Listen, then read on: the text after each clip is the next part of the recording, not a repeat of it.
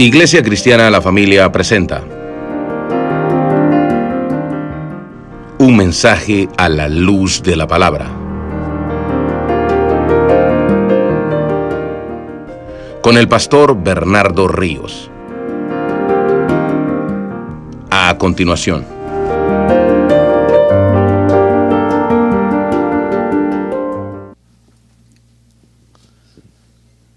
Gloria a Dios.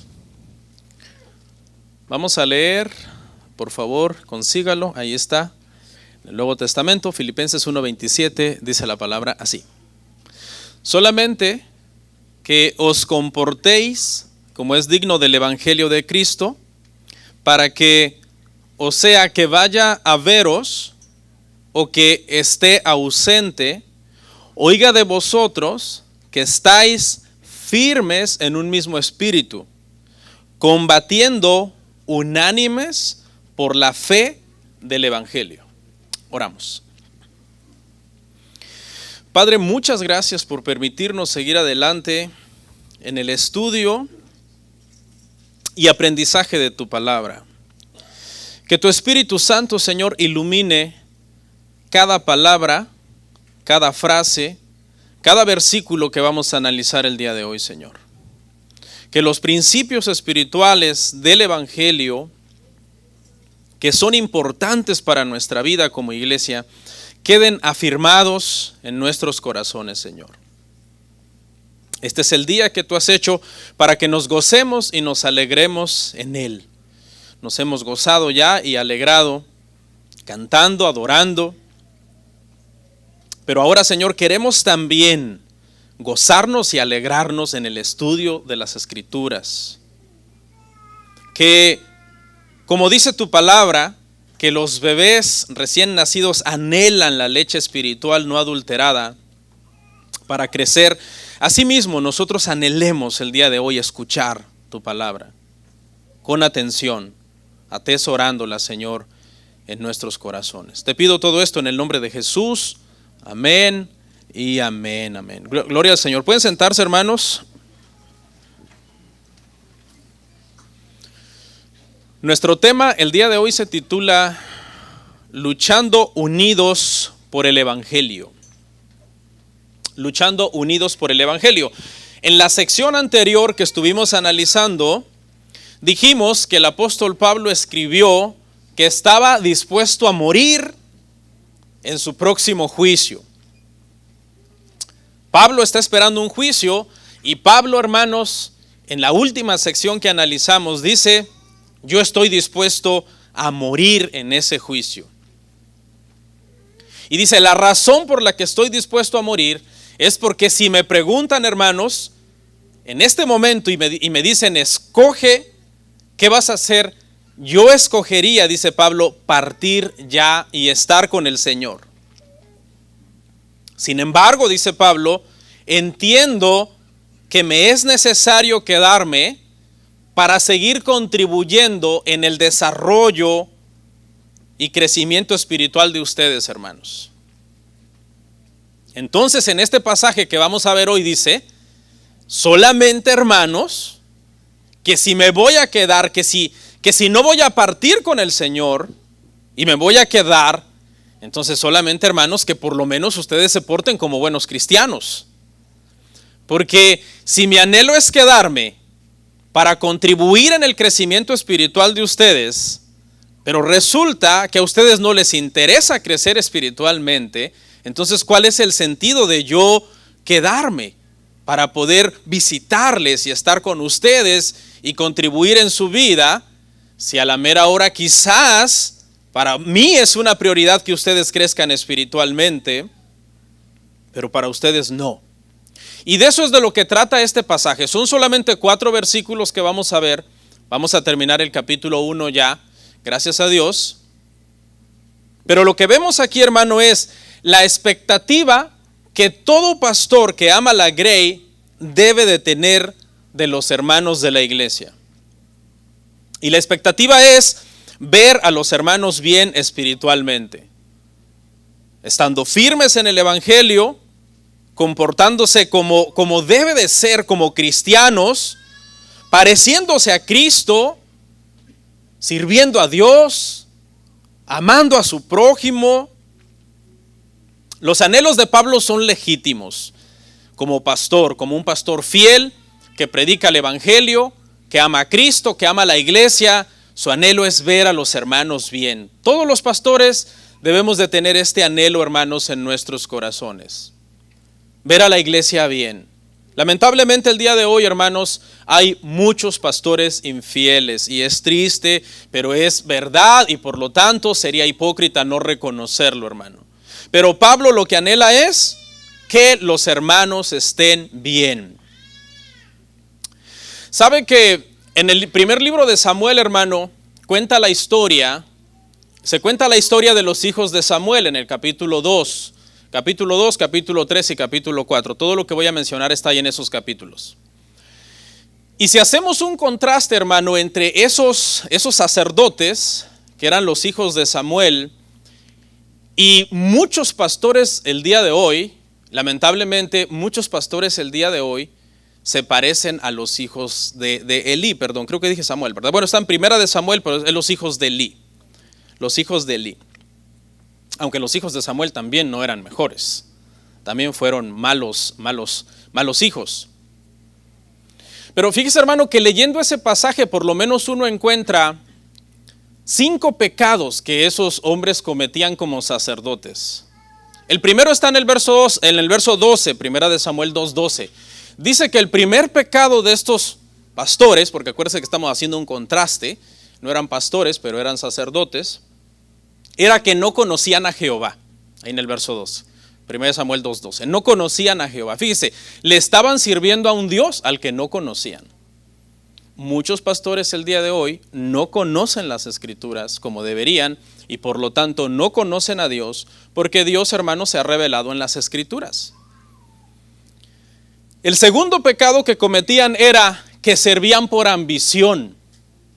Dice ahí más adelante del verso 13 al 17, segunda de Samuel 2, 13 al 17, que dice, hermano, que cuando las personas venían a sacrificar y traían la carne, dice que estos sacerdotes, estos hijos de Elí decían, dame la porción que yo quiero, lo mejor del animal, y si no me lo das por la buena, te lo voy a quitar a la fuerza.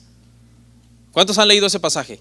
Su ambición era entonces, hermano, el dinero, por decirlo así. Trabajaban y eran sacerdotes por ambición al dinero. Esa es otra característica que lamentablemente también muchos pastores tienen el día de hoy. La única razón por la que son pastores o por la que plantan una iglesia o quieren plantar una iglesia es como un modus vivendi, como esta va a ser mi forma de vida, de ganar dinero. Luego, el tercer pecado que encontramos ahí mismo, hermano, es que eran una vergüenza para su padre. Elí, hermano, había fallado también como padre porque no los había corregido en su momento, pero ellos se habían convertido en una vergüenza para su padre. Y un profeta vino a decirle a Elí, tus hijos van a morir y tú no los has estorbado. De igual manera, acuérdese, estamos haciendo un contraste. El día de hoy muchos pastores son una vergüenza también para su familia. Que muchos de ellos, mientras los hijos de Elí eran una vergüenza para su padre, muchos pastores el día de hoy son una vergüenza para su esposa. Son malos esposos, son malos padres. Luego en el capítulo 4, hermano, encontramos otros 2 pecados para completar los 5 pecados que les estoy hablando de estos hombres. Y es que eran malos ministros, hacían mal la obra de Dios. En una guerra contra los filisteos, donde Dios no mandó que llevaran el arca del pacto a la guerra, ellos decidieron llevar el arca del pacto a la guerra con el fin de usar el arca de una manera, si usted quiere, hasta mística para poder ganarles la guerra a los filisteos. ¿Y usted se acuerda qué fue lo que pasó? Los filisteos se robaron el arca del Señor. O sea, eran malos ministros, hacían la obra de una mala manera, hacían cosas en el ministerio que Dios no les mandaba. De igual manera, el día de hoy muchos pastores en la iglesia hacen muchas cosas que tú dices, ¿y esto de dónde lo sacaron? ¿Dónde está esto en las escrituras? ¿Dónde mandó Dios esto en la Biblia? No está. Y por último, el quinto pecado, para seguir haciendo el contraste, es, hermano, que menospreciaban a Dios. Porque dice, hermano, que cuando el arca les fue quitada, la esposa de uno de ellos, cuando se enteró que ellos murieron, tal y como el Señor había dicho, van a morir, Ofni y Fines llegará el día en que van a morir, por ser malos ministros, dice que dio a luz y mientras daba luz, llamó al hijo Icabod, que significa sin gloria. Y quedaron entonces en una situación terrible, Elí desnucado, el país sin el arca del pacto, y en general estos pastores habían pisoteado la gloria de Dios. Habían quedado sin gloria. La realidad, hermanos, es que como pastores nosotros debemos de dar un buen ejemplo para que de esa manera entonces podamos inspirar e instar con las Escrituras y con un buen ejemplo a todos los demás hermanos a esto que está haciendo Pablo.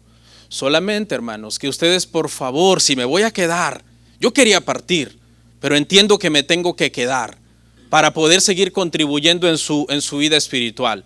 Solamente, hermanos, que por favor os comportéis como es digno del Evangelio.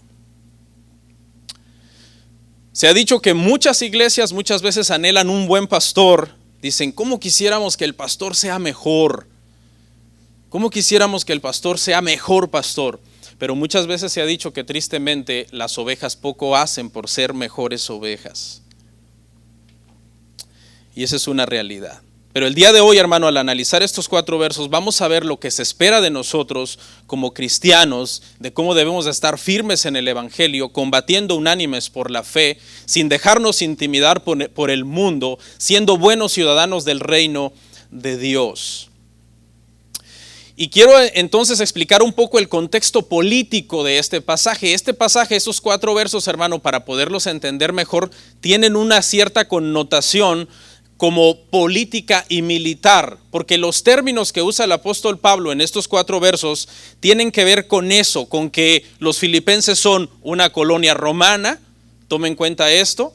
En segundo lugar, tiene que ver con que hay presencia militar en Filipo, entonces son una pequeña réplica de Roma, militarizada, con influencias obviamente de Roma. Y es en ese sentido que entonces el apóstol Pablo, algunos de los términos que usa aquí, tiene que ver con eso, con política, con ciudadanía, con términos que se usaban entonces en el ejército, como estar firmes, como no estar intimidados, como estar en conflicto, en un buen sentido, conflicto en un buen sentido, y entonces combatir unánimes por la fe. Vamos a analizar entonces el verso 27, hermanos.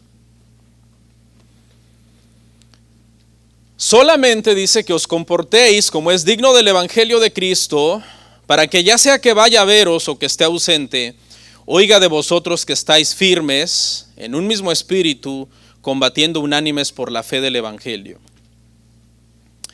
Lo primero que Pablo dice acá, hermanos, es, hermanos, yo quiero que se comporten como es digno del Evangelio.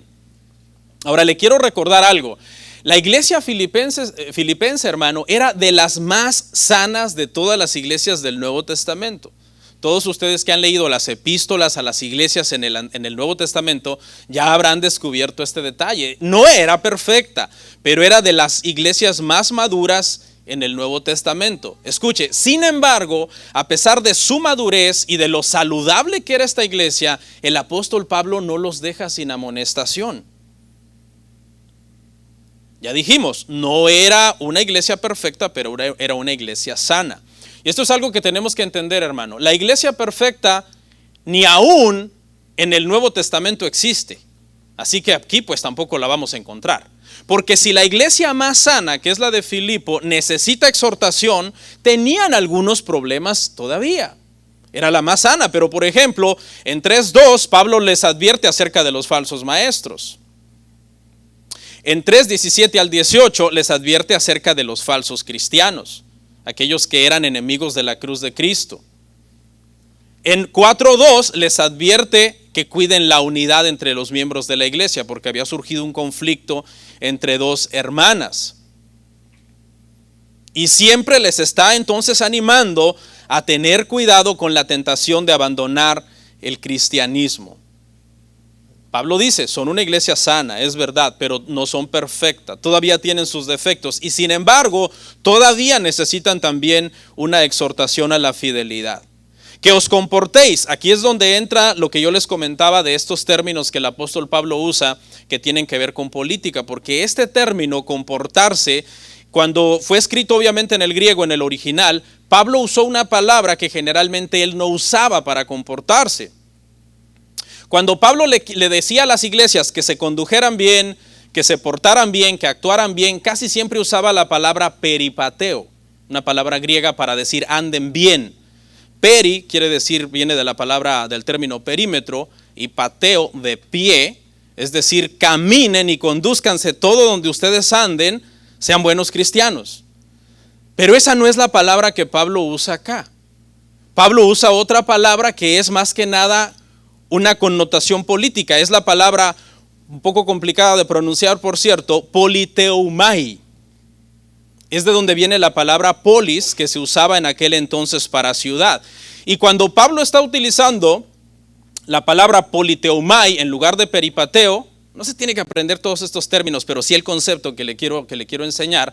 Pablo lo que está implicando es que se comporten como buenos ciudadanos, porque la palabra polis siempre tenía que ver con el término ciudad e implicaba ser un buen ciudadano. ¿Cómo tenemos que entender esto? Bueno, lo tenemos que entender, hermano, en el contexto de que los filipenses eran una ciudad romana.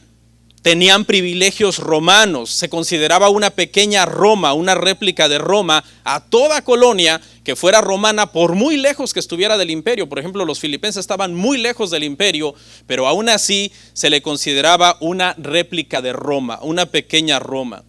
Tenían privilegios como, por ejemplo, lealtad a Roma y al emperador, por lo tanto recibían beneficios. Usaban los atuendos y la ropa de los romanos, el idioma que era el latín y era el idioma oficial de Roma. Y todos, hermano, en aquel entonces los que eran ciudadanos romanos se sentían por lo general orgullosos de ser romanos, de pertenecer al imperio. A mí me gustan mucho las películas que están basadas en la historia de la Edad Media o de los primeros siglos, por ejemplo. Y no sé si algunos de ustedes alguna vez han visto la película de Gladiador. Es una película de los 90, me parece, finales de los 90, muy buena. Antes el cine estaba mejor cuidado, hermanos. Hoy el cine se ha podrido. Pero antes las películas, inclusive siendo seculares, estaban bastante bien cuidadas y no eran necesariamente cristianas y de un vocabulario 100% cristiano, ¿verdad? Porque tienen por ahí su vocabulario un poco fuerte, pero eran bastante buenas. A mí me gustan mucho las películas de los 90. Y ahí, hermano, a este que es el gladiador, que hace el papel de Maximus, ¿verdad? Cuando está con el emperador y el emperador le está insinuando que él va a ser su sucesor, él le dice: yo estoy dispuesto a hacer todo para servir a Roma, todo por Roma, porque a los ciudadanos romanos se les inculcaba entonces ese orgullo de ser romano, de pertenecer a una colonia romana. ¿Y qué es lo que el apóstol Pablo está diciendo aquí? De hecho, versos más adelante, en capítulos más adelante, habla directamente de la ciudadanía celestial. Vuestra ciudadanía está en los cielos. Pero para adelantarnos un poco a ese pasaje que vamos a ver más adelante, lo que Pablo está diciendo aquí a los hermanos filipenses es: si ustedes tienen razón de sentirse orgullosos de ser romanos, ¿cuánta más razón no deberían tener de sentirse orgullosos de ser cristianos? Eso es lo que les está diciendo. Si ustedes como ciudadanos romanos se van a conducir bien como ciudadanos romanos, ¿cuánta más obligación no tienen de conducirse bien como ciudadanos del reino celestial? Como ciudadanos de un reino que no es de esta tierra, en el cual ustedes fueron puestos, al cual ustedes fueron movidos, porque estábamos sin pueblo, sin Dios, sin esperanza, éramos por naturaleza hijos de ira, pero ahora el Señor en Cristo Jesús los ha movido de las tinieblas a su luz admirable. Por lo general, en aquel entonces los romanos se llenaban el pecho diciendo: el César es el Señor. Y todo el que decía César es el Señor, que eran gente no cristiana, tenía que ser un buen romano. Pero ahora los filipenses tenían que aprender a decir: Cristo es el Señor, y por lo tanto tendrían que ser buenos cristianos. Y esa es la connotación de esta palabra que está usando aquí Pablo. Por eso me estoy tomando el tiempo de explicar la diferencia entre la palabra que usualmente usaba Pablo, peripateo, pórtense bien, y poliutomai, que está usando aquí para decir sean buenos ciudadanos, y sabemos que está implicando, porque más adelante lo vemos en Filipenses, sean buenos ciudadanos del reino de Dios. ¿Para qué? Para que ya sea que yo vaya a veros o esté ausente, ya sea el apóstol Pablo está preso él tiene la esperanza de ser liberado y de ir una vez más a estar con los filipenses, pero él les dice, hermanos, que su buena conducta no dependa de mi presencia. ¿Sí ve lo que dice ahí? Ya sea que yo vaya a veros, es decir, ya sea que yo esté presente delante de ustedes o que yo esté ausente, no importa cuál sea la situación, ustedes deben de ser buenos cristianos, conmigo presente o conmigo ausente. ¿Sí o no que muchas veces, hermano, los hombres, muchas veces tememos más al hombre que a Dios? Ay, no, si estoy frente a los hermanos y frente al pastor, me voy a portar lo mejor que pueda. ¿Cómo me voy a portar mal si aquí está el pastor o aquí están los hermanos, los ancianos? Pero muchas veces, no me está viendo el pastor, no me están viendo los ancianos, voy a hacer lo que yo quiera. Pero ¿quién sí te está viendo en todo tiempo? Dios. Y eso saca a luz, hermano, que muchas veces los cristianos tenemos más temor del hombre que temor de Dios. Tenemos más preocupación de lo que piensa el hombre de nosotros que de lo que piensa Dios de nosotros. Pablo les dice, no, hermanos, no es así. Ya sea que yo vaya a veros o que yo esté ausente, yo quiero oír que ustedes se están portando bien, que ustedes son verdaderos creyentes. ¿Puede acaso el hombre salvar tu alma, hermano? La respuesta es no. ¿Te resucitará el hombre el día que estés en la tumba? ¿Vendrá el hombre a resucitarte? No. ¿Te juzgará el hombre en el gran día del juicio, cuando serán juzgadas las intenciones de nuestros corazones delante del trono de Dios? No. ¿Quién es el único que te puede salvar el alma? Dios. ¿Quién es el que te va a resucitar de entre los muertos? Dios. ¿Quién es el único que te va a juzgar en su momento? Dios. Vea la ironía de temerle al hombre, cuando el hombre no puede hacer nada por ti, pero prefieres más bien portarte bien delante de los hombres y portarte mal delante de Dios. Que yo oiga de vosotros, dice Pablo, que yo lo oiga. Ya sea que yo vaya y me lo cuenten ustedes, o que yo lo oiga de lejos porque estoy ausente, que yo oiga, hermanos, que ustedes están firmes. Y vuelve Pablo otra vez al lenguaje militar. La palabra griega es esteco y se usaba para cuando se ponía en un puesto a un soldado y se le decía, tú no te mueves de aquí. Tú aquí vas a estar firme, aunque eso implique el morir en el puesto. Esa es la palabra que está utilizando Pablo. Pablo les está diciendo a los filipenses, ustedes como buenos ciudadanos del reino de Dios y como soldados del ejército de Cristo, ustedes deben de estar en su fe firmes. Lo contrario de un soldado que no estaba firme era un soldado en retirada. Cuando venía el ataque de un ejército enemigo, el soldado firme se quedaba en el puesto, aunque implicara que por ahí iba a pasar la caballeriza con lanzas y con flechas y lo iban a matar.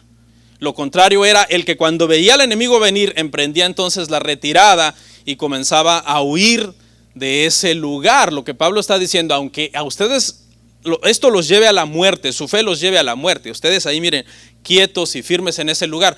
Y Pablo se los ha demostrado con su vida. Pablo es uno que les predica con el ejemplo, porque Pablo les ha mandado decir en los versículos anteriores que analizamos, a mí el vivir es Cristo y el morir es ganancia. No está nada más diciéndoles hagan ustedes y yo no hago. No, él predicaba, hermanos, con el ejemplo.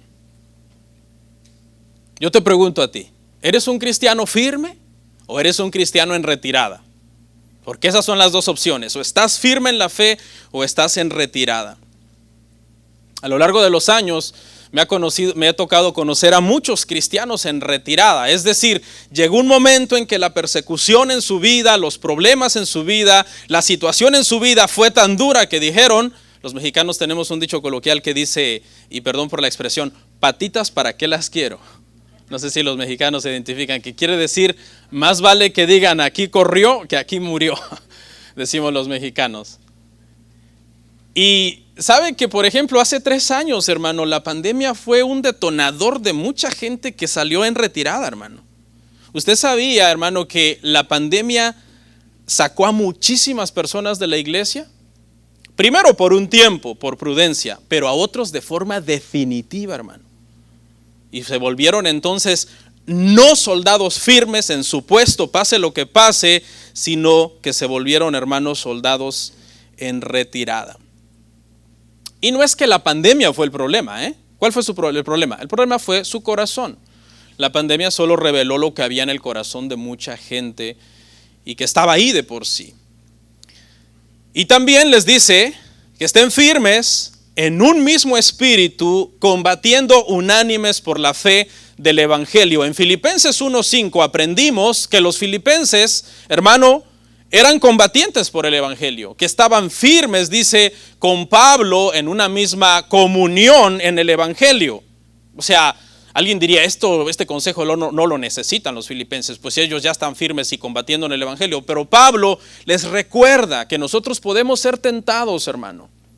Nosotros como cristianos podemos ser tentados a abandonar el evangelio, a abandonar el puesto, a dejar la fe, a dejar de servirle al Señor, a dejar de congregarnos, a dejar de portarnos bien. Alguien un día puede decir, ¿y para qué me porto bien? Ya me cansé de portarme bien. Voy a empezar a portarme como yo quiera, aunque el pastor no le guste, aunque la iglesia no le guste, aunque contradiga la Biblia. Voy a empezar a hacer finalmente cosas que yo quiero hacer, cosas que a mí me gustan, que yo amo. Somos tentados a eso, hermano. ¿Es pecado ser tentado? No, porque somos humanos. Pero tengamos cuidado de no dar rienda suelta a esos pensamientos y llevar a cabo esas cosas, hermano, que de repente nos pueden venir a nuestra vida. Si tú te has sentido débil espiritualmente, si tú te has sentido desanimado en una lucha de fe, en una crisis de fe, está bien, estás siendo tentado, eres humano, pero no cedas. Sigue combatiendo. La palabra para combatir aquí es bien interesante porque es la palabra griega sunatleo. Y está compuesta por dos términos, sun, que significa unir dos cosas, de ahí es donde viene por ejemplo la palabra sinergia, que son dos fuerzas trabajando juntas con un fin común, y el otro término atleo, que es de donde viene la palabra atletismo. Y lo que Pablo está diciendo cuando está diciendo combatan unánimes, y está poniendo esa palabra sunatleo, sinergia, es decir, trabajen en equipo, únanse. Entre hermanos manténganse unidos, porque la lucha va a ser más fácil si ustedes se mantienen unidos.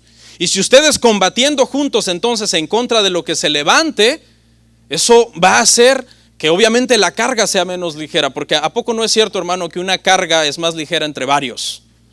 Nosotros necesitamos, hermano, gente a nuestro alrededor, como bien hablaba la enseñanza del discipulado temprano. El cristianismo no es una carrera de un cristiano solitario, eso no aparece en las escrituras, eso es antibíblico. Daña la unidad de la iglesia, daña el cuerpo de Cristo. Uno siempre debe de tener personas que te ayuden, que oren por ti, que te aconsejen. Alguien lo ilustró de una forma bien bonita que me gustó. Estaba leyendo un libro de una persona que pasó por una crisis de fe y él lo ilustró como las personas con las que tú te rodeas alrededor de ti son como diques que te protegen. No sé si saben, por ejemplo, cuando pasó en Nueva Orleans aquella tragedia de un dique que por la inundación se rompió, ¿se acuerdan? En 2004, 2005, algo así. Y dice este hombre, cuando nosotros tenemos gente alrededor de nosotros son como diques que nos protegen de la tragedia espiritual. Y un buen hermano en la fe puede ser un dique que está por allá, quizás lejos, y no permite que el agua pase al siguiente compartimento. Pero si ese dique se rompe, entonces tienes el dique del pastor, por decir algo. Hay un dique, el pastor es un dique también. Cuando yo venga la embatida del problema, la enfermedad, la crisis de fe, la duda, hay un dique también, que va a venir la embatida, el agua se va a desbordar del primer dique que se rompió y el segundo dique la va a contener. Y si por alguna razón eso se rompiera, decía el hombre, porque él se acabó yendo de la iglesia y quedó sin pastor. Todavía, dice, tu cónyuge puede ser el siguiente dique alrededor de ti, que te va a decir, no, piénsalo bien, estás mal, voy a orar por ti, no puedo creer lo que estás diciendo, dejar de congregarnos, ¿cómo se te ocurre? O dejar a Cristo, ¿cómo se te ocurre? Sigue siendo un dique también que te protege.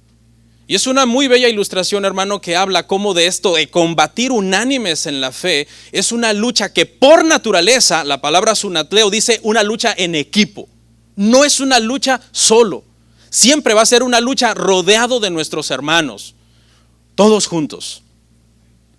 ¿Alguna vez usted ha visto un partido de fútbol en donde un equipo es muy fuerte, teóricamente hablando, y el otro es muy débil?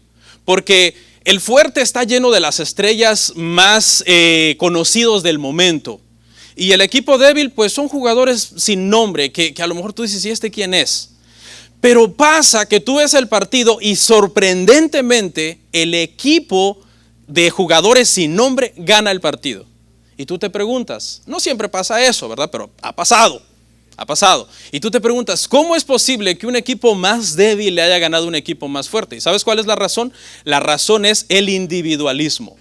La razón es porque el equipo que está plagado de estrellas, aunque todos sean mejores individualmente, no saben trabajar en equipo. O por lo menos en ese partido no supieron trabajar en equipo. ¿Sí me sigue hasta acá con esta ilustración? Entonces, hermano, ese individualismo en el mundo está bien, porque el mundo es el mundo.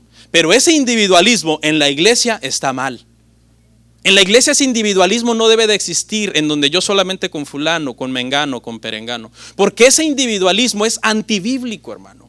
Nosotros somos muchos miembros de ¿cuántos cuerpos? De un solo cuerpo. Ningún miembro le puede decir al otro miembro, no os necesito. Porque todos nos necesitamos los unos a los otros. Y entonces vemos que Pablo está de alguna forma también promoviendo la unidad entre los hermanos de Filipo.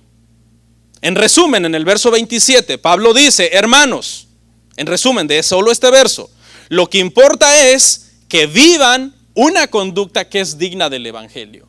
No importa si yo estoy ahí para verlos o si yo estoy ausente, ustedes deben de actuar como buenos cristianos. Usted sabe, uno de los más grandes tropiezos del evangelio hoy día, hermano, y de las quejas más recurrentes de los incrédulos es: los cristianos son inconsecuentes con lo que dicen. Dicen una cosa y hacen otra. Los cristianos no son amorosos, o los cristianos son personas no de confianza, o los cristianos son mentirosos. Muchas de esas acusaciones obviamente son falsas, pero lamentablemente muchas de esas acusaciones en algunos casos de algunas personas son verdad. Verso 28. Y en nada intimidados por los que se oponen, que para ellos ciertamente es indicio de perdición, mas para vosotros de salvación. Y esto de Dios. Pablo sigue utilizando un lenguaje militar. No se intimiden. Estén firmes en el puesto, aunque eso les lleve la vida. Y mira, hermano, que en el siglo I, escuche, en el siglo I, siglo II, siglo III, antes de que se acabara la persecución, por allá en el 313, que el Imperio Romano cesó la persecución. Hermano, las amenazas del Imperio Romano contra los cristianos eran dignas de intimidarse. Porque eran unas amenazas terribles, hermano. Como por ejemplo, imagínate que te digan, si no te retractas, vamos a tomar unas pieles de cordero o de cabra, te vamos a envolver en ellas, te vamos a amarrar y te vamos a lanzar a las fieras. ¿A poco no eso da un poquito de miedo, hermano? O la otra, si no te retractas, te vamos a untar en brea, un producto combustible que produce combustión, te vamos a embarrar completo y te vamos a prender fuego. La otra, si no te retractas, vamos a poner tu cabeza en un tajo de madera y un verdugo la va a cegar de un solo espadazo limpio. Mire, hermano, los filipenses, cuando Pablo les dice no os intimidéis, humanamente tenían razón para intimidarse, humanamente hablando. Hoy nos intimidamos porque nos borraron un video del Facebook. Subí un video contra LGBTQ y me lo borraron. Ya tengo miedo de que me quiten la cuenta de un solo. Nos dejamos intimidar, hermano, por niñerías. Qué bueno que no vivimos en el siglo I, hermano. Porque ahí, hermano, las amenazas eran de temer. El ejército romano, hermano, por eso Cristo en el contexto cuando les dices, no temáis los que pueden matar el cuerpo, sino teman al que puede matar el cuerpo y echar su alma en el infierno, está en el sentido, y lo he dicho muchas veces, pero vale la pena, creo que viene al caso, de que el ejército romano era, hermano, mataba de una forma viciosa, extraordinariamente un castigo terrible a las personas. La tradición enseña, esto no está en la Biblia, pero de hecho la tradición enseña que a Pedro se le dijo, si tú no te callas te vamos a crucificar. Y Pedro, cuando oyó eso, hermano, escuche, dice la tradición que Pedro se fue de la ciudad. Y esto dice la tradición, que yendo fuera de la ciudad tuvo una visión y vio a Cristo. Y le dijo Pedro a Cristo, ¿Dónde va, Señor? Y el Señor le dijo, voy a Roma a ser crucificado otra vez. Él entendió que era él el que tenía que volver, volvió y pidió ser crucificado de cabeza. Pero para que usted entienda el nivel de intimidación al que podía llegar un apóstol, hermano, cuando ya había negado antes a Jesús. Y es más, hasta su muerte había sido profetizada por Cristo. Cristo le dijo, llegará el momento en que se extenderán tus manos, ya nadie podrá ayudarte. Y estaba hablando precisamente de su crucifixión, porque alguien dirá, ¿y dónde está eso en la Biblia? Eso está en la Biblia. En la Biblia está profetizado que Pedro iba a morir, y la implicación o la insinuación es que iba a morir crucificado con las manos abiertas. Entonces, hermano, no nos intimidemos, hermano, porque vivimos en Estados Unidos, hermano. En el siglo XXI, ¿cuál es la persecución contra nosotros los cristianos? ¿Cuál es la persecución? ¿Que en la escuela te prohíban orar? ¿Que TikTok te mande un baneo porque pusiste algo en contra de tal comunidad o ideología feminista? Eso nos va a intimidar a nosotros en estos tiempos. Deberíamos estar agradecidos, hermano, de vivir un tiempo con tanta libertad de culto donde podemos estar el día de hoy aquí adorando al Señor. ¿Cuántos dicen amén? Para ellos, ciertamente es un indicio de perdición, mas para vosotros de salvación. Lo que dice este verso esta parte es, cuando ellos los vean a ustedes firmes y que no se han dejado intimidar por sus amenazas, ellos comprenderán que la lucha contra ustedes la han perdido, que han perdido la lucha contra ustedes, que no los han podido derrotar, que ustedes como cristianos han obtenido la victoria. Y es posible que cuando Pablo escribe esto tiene en mente su conversión, porque cuando Pablo se convirtió, él se había propuesto acabar con el cristianismo. Comenzó a perseguir a los cristianos y los trató de intimidar, pero no pudo.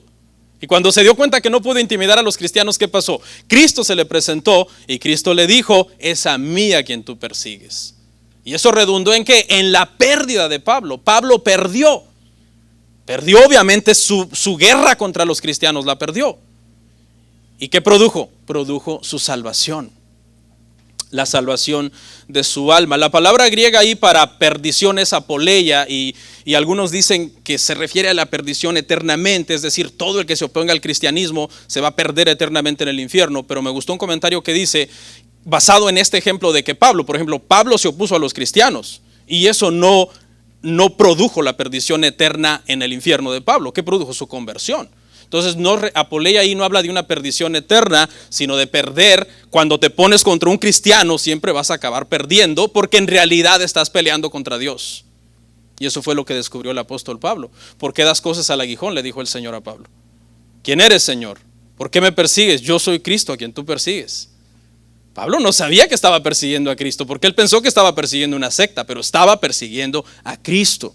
Porque detrás de cada cristiano que se ha propuesto combatir firme en la fe, está Cristo, ayudándonos, hermano, fortaleciéndonos. Si la lucha fuera solo nuestra, hermanos, nosotros no aguantamos ni 5 minutos esta lucha. Pero es porque el Espíritu Santo está dentro de nosotros y nos ayuda. ¿Cuántos dicen amén? No sé si hay personas en este lugar, en este momento, oyendo el evangelio y están diciendo, yo tengo luchas. Yo te voy a decir hoy, si tú te pones firme en Cristo, si Cristo está en tu corazón, si eres templo y morada del Espíritu Santo, tú no estás solo. Y esa lucha, por muy difícil que luzca, por muy cuesta arriba que se vea la prueba, el Señor es nuestro ayudador, hermanos. ¿Cuántos tienen fe? ¿Cuántos creen eso? Vamos al verso 29.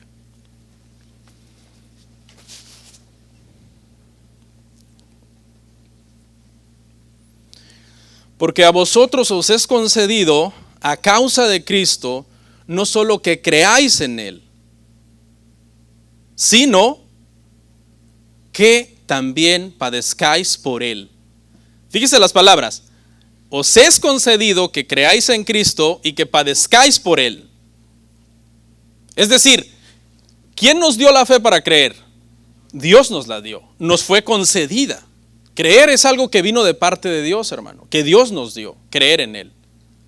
Uy, qué bueno. Pero el pasaje acaba diciendo que también el sufrimiento nos es dado por Él. Es decir, nos dio las dos cosas. La fe para creer y ser salvos en Cristo, y también con esa fe con la cual creemos y somos salvos en Cristo, también nos mandó un set, si usted quiere llamarlo así, de pruebas, un paquete de pruebas que está contenido ahí, desde que nosotros nacemos hasta que nosotros morimos. Ya están ahí estipuladas todas. Eso es una ley. Eso no es de que si a ver si soy probado.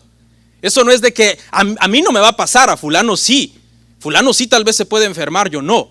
Mengano puede tener una quiebra económica, yo no. Fulano puede tener luchas con sus hijos, yo no. No, eso es una ley, eso ya está ahí estipulado. ¿Por qué?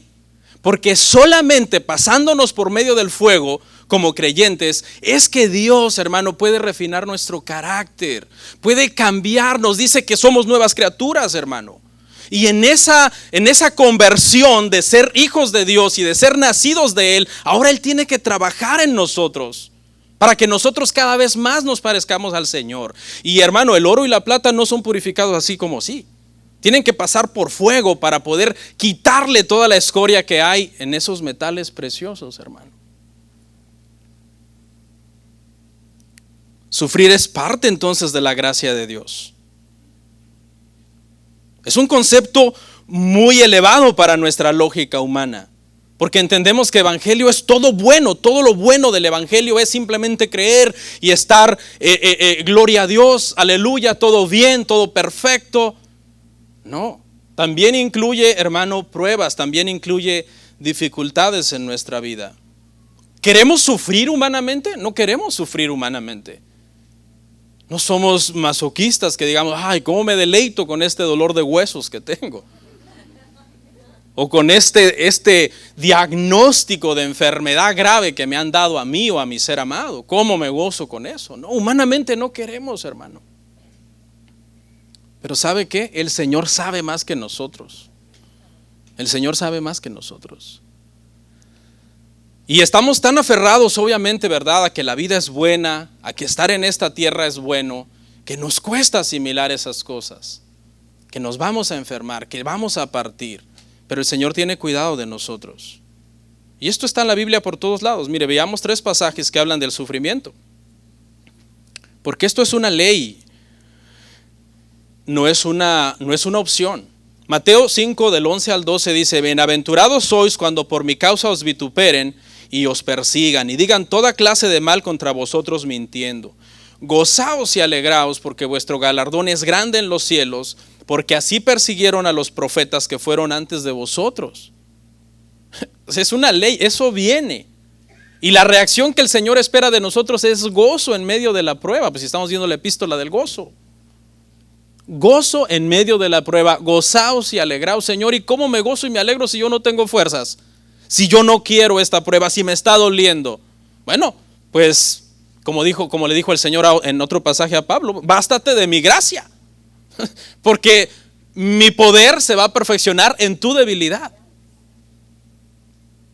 Nosotros conocemos a Dios, hermano, de 3 maneras, lo han dicho muchos, ¿no? Nosotros conocemos a Dios en su palabra, nosotros conocemos a Dios en oración y nosotros conocemos a Dios en medio del dolor. Y es una verdad, es una realidad. Mire lo que dice Hechos 5:41. Es una lámina donde están las 3 citas, hermanos. Y ellos salieron de la presencia del concilio gozosos de haber sido tenidos por dignos de padecer afrenta por causa del nombre. Salieron de que los azotaron por estar predicando el evangelio, Pedro y Juan. Y salieron, dice, gozosos de haber sido tenidos por dignos. Mire lo que dice 2 de Timoteo 3:12. Y también todos los que quieren vivir piadosamente en Cristo Jesús padecerán persecución. ¿Quieres vivir piadosamente en Cristo Jesús? Padecerás persecución. Una forma de amainar la persecución, si volteamos el verso, sería no vivir piadosamente. Y aún así no es que va a desaparecer, porque también Dios manda sus juicios de ira sobre los impíos, pero sería una forma de evitar cierta persecución contra los cristianos. Pero el Señor lo que está diciendo, si tú quieres vivir piadosamente, tú vas a ser perseguido, vas a sufrir.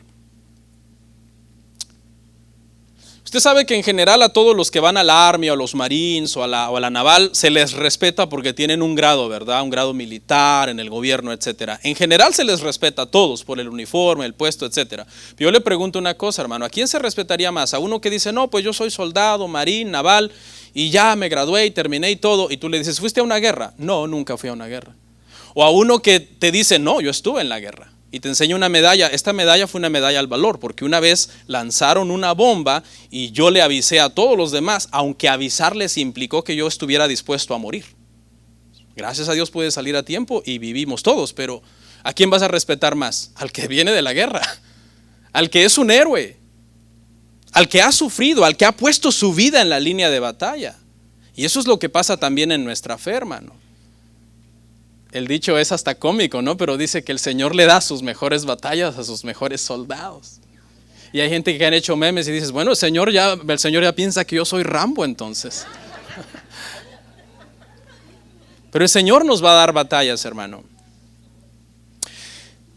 Quizás hay personas aquí, hermano, que a mí me tienen en una estima por alguna cosa. Vamos a suponer por el conocimiento. Vamos a fantasear. Que alguien dijera, no, yo tengo en estima al pastor Bernardo por el conocimiento que tiene de la palabra o por cómo enseña. Pero ¿sabe qué, hermano? Yo sabe que admiro más que eso. Yo admiro a un hermano que está sufriendo, aunque no sepa todo lo que yo sé, pero que está firme, hermano. Porque está conociendo a Dios de una manera práctica, más allá de la teoría. Y yo le soy sincero, hermano. Yo cuando veo a hermanos sufrir así, yo a veces pienso, yo no creo, Señor, ayúdame. Yo no sé si un día me pasa a mí, si yo voy a reaccionar igual que este hermano. ¿Cuántos entienden lo que estoy diciendo? Que tú dices, wow, ¿cómo sé? Y cuánto he leído y me sé muchos términos teológicos y bla, bla, bla. Pero, Señor, cuando esté en medio de la prueba y en medio del fuego, ¿será que voy a decir, Dios dio, Dios quitó, siga siendo bendito el nombre del Señor, como dijo Job? ¿O voy a reaccionar como su esposa, maldice a Dios y muérete? Como la esposa de Job. Y por último, el verso 30. Teniendo el mismo conflicto que habéis visto en mí, y ahora oís que hay en mí. Teniendo el mismo conflicto que habéis visto. Se refiere al pasado. ¿Cuándo vieron los filipenses a Pablo en conflicto, hermano?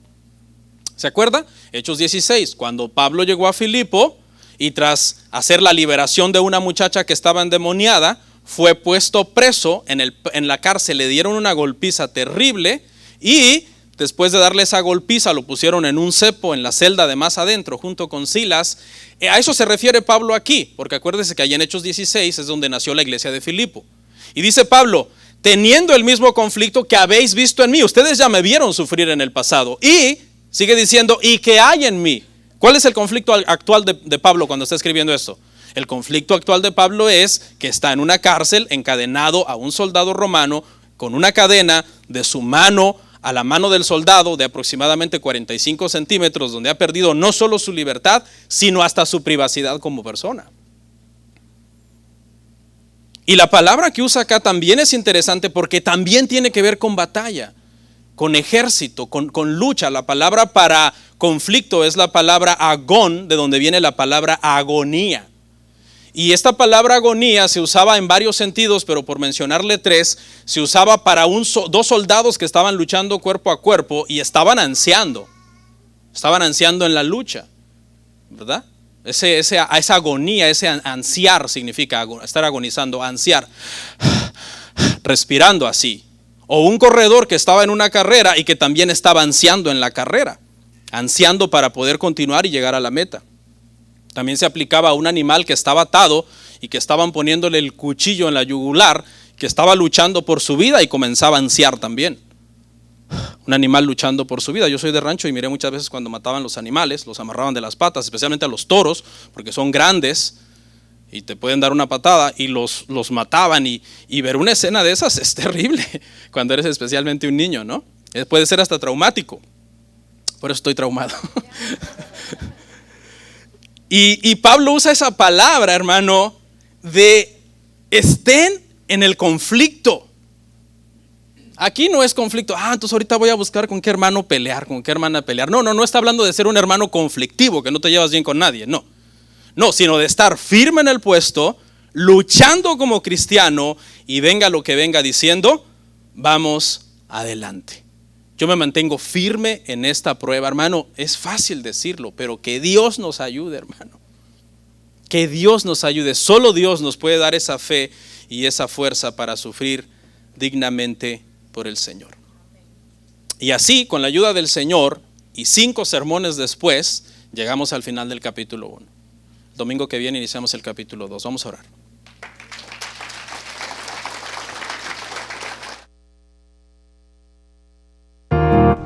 Comparte, suscríbete, dale like. Gracias por tu sintonía. Hasta la próxima. Bendiciones.